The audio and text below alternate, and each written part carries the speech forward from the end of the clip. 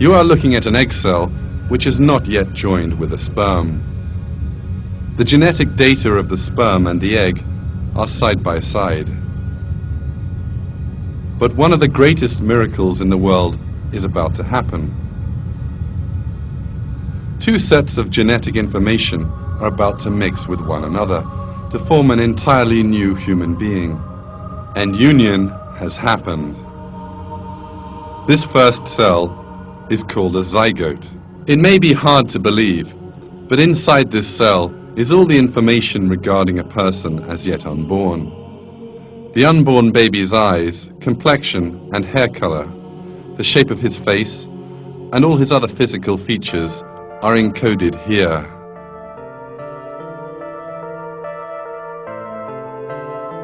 And it's not just his appearance, but also his skeleton, internal organs, skin, veins, and even the shape and number of the blood cells circulating in those veins, and all the other details of his body that are determined here.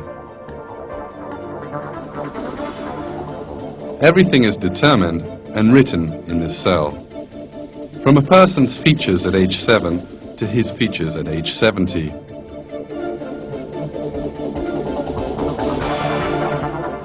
Shortly after fertilization, the cell will perform another very surprising action. It divides and two new cells form. Then these cells divide again and become 4 cells. The construction of a new human being has now begun. But why does the cell decide to divide? Why does it have the task of building a new human being? Who gave the cell the knowledge to build a new person?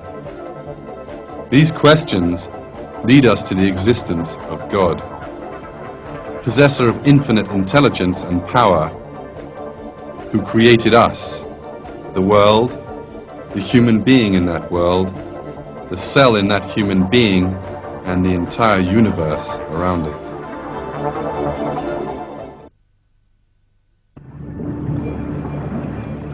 At this moment, you're seeing the journey inside the fallopian tube of the constantly dividing and multiplying cell.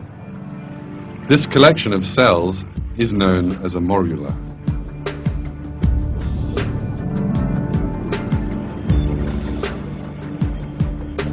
As the cell cluster divides and multiplies, another astonishing thing happens. Some cells start to grow different to others. The old cells gather in the center, and these are surrounded with the new cells, which are growing into a different kind of cell. A short time later, the group of cells in the center will form the embryo. In other words, the first cells of the baby to be born. And the group of cells around these will form the placenta, which will nourish the embryo. Cells beginning to grow different from one another and deciding to form the embryo or the placenta is accepted by the world of science as a great miracle. There is a secret order which makes these cells do this.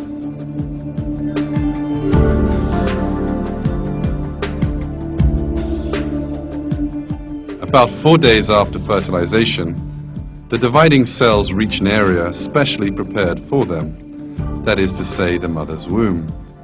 In order not to be expelled from the body, they have to cling on to the womb. However, the newly forming embryo is a round cluster of similar cells. It has no special hook or extension to enable it to cling on anywhere. So how does it stick to the wall of the womb?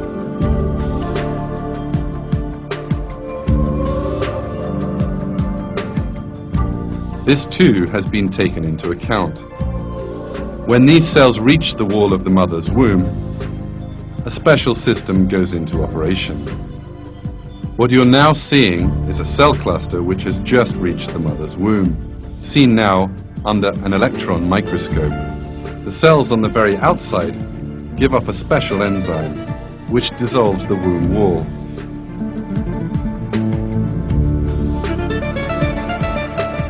In this way, the cells cling tightly to the womb and avoid being expelled from the body.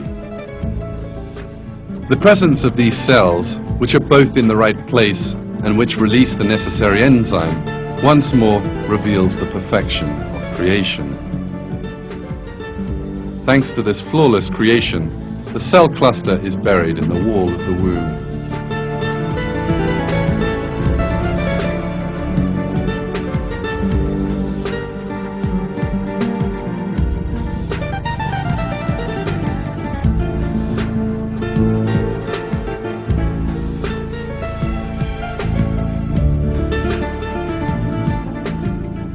This new living creature, which sticks to the womb and begins to grow, is now known as an embryo.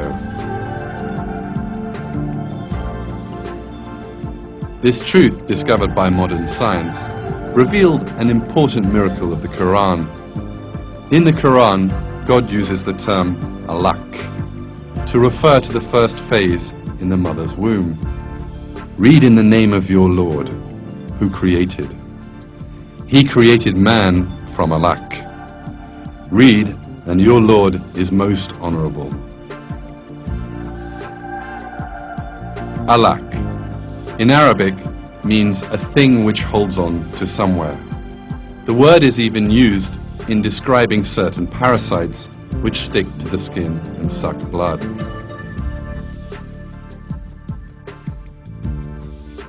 In other words, in the Quran, which was revealed to us at a time when man's knowledge of biology was still very limited, a word is used which exactly describes the embryo in the mother's womb. This proves once more that the Quran is the word of God.